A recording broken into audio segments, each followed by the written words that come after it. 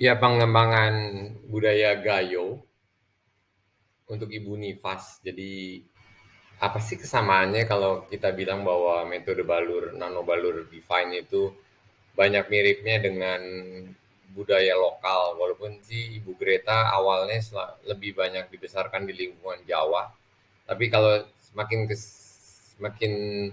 cuma hampir banyak yang mirip sih sebetulnya di budaya Nusantara ya dengan budaya Jawa. Kalau kita lihat pengembangan budaya Gayo untuk Ibu Nifas ini biasanya ada pendarahan di daerah vagina, jadinya diobatinya juga mirip, dia pakai rempah-rempah, terus kemudian dibalurkan di dalam badannya. Setelah itu juga yang diminum, ada juga yang diasap, ada juga yang diberikan di bagian organ organ vitalnya yang lagi pendarahan tersebut.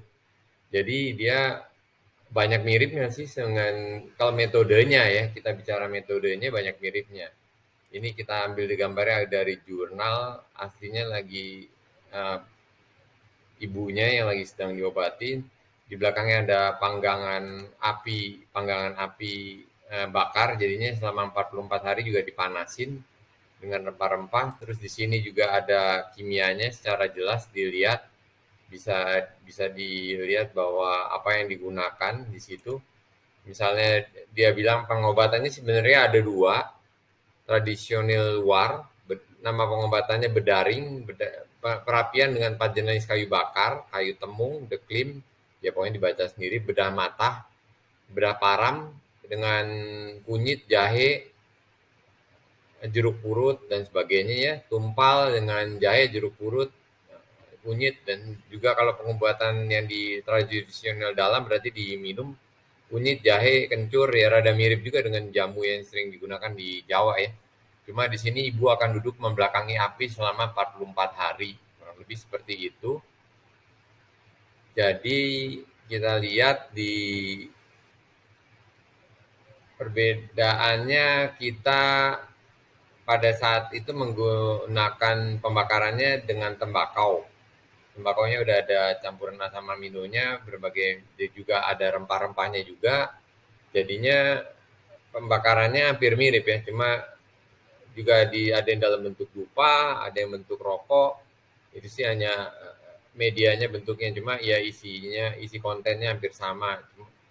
Cuma ya efek detoxnya beda ya. Efek detoxnya juga udah dicoba di lab dan memang teorinya lebih ke arah merkuri dan radikal bebas ya. Sedangkan kalau pengobatan tradisional sebetulnya juga mengurangi radikal bebas ya. Kalau kita lihat memang penggunaan tradisional ini menurut data-data WHO cukup besar ya di Asia dan Afrika, ini termasuk besar ya. Penggunaan jamu dan pengobatan tradisional begini lumayan besar penggunanya. Kira-kira itu hanya menceritakan bahwa metode hampir mirip ya secara metode, hanya beda kimianya yang membedakan antara balur dan perbedaan bahan kimia ya, larutan aromatik, asam amino, dan tembakau yang utama di dalam metode balur.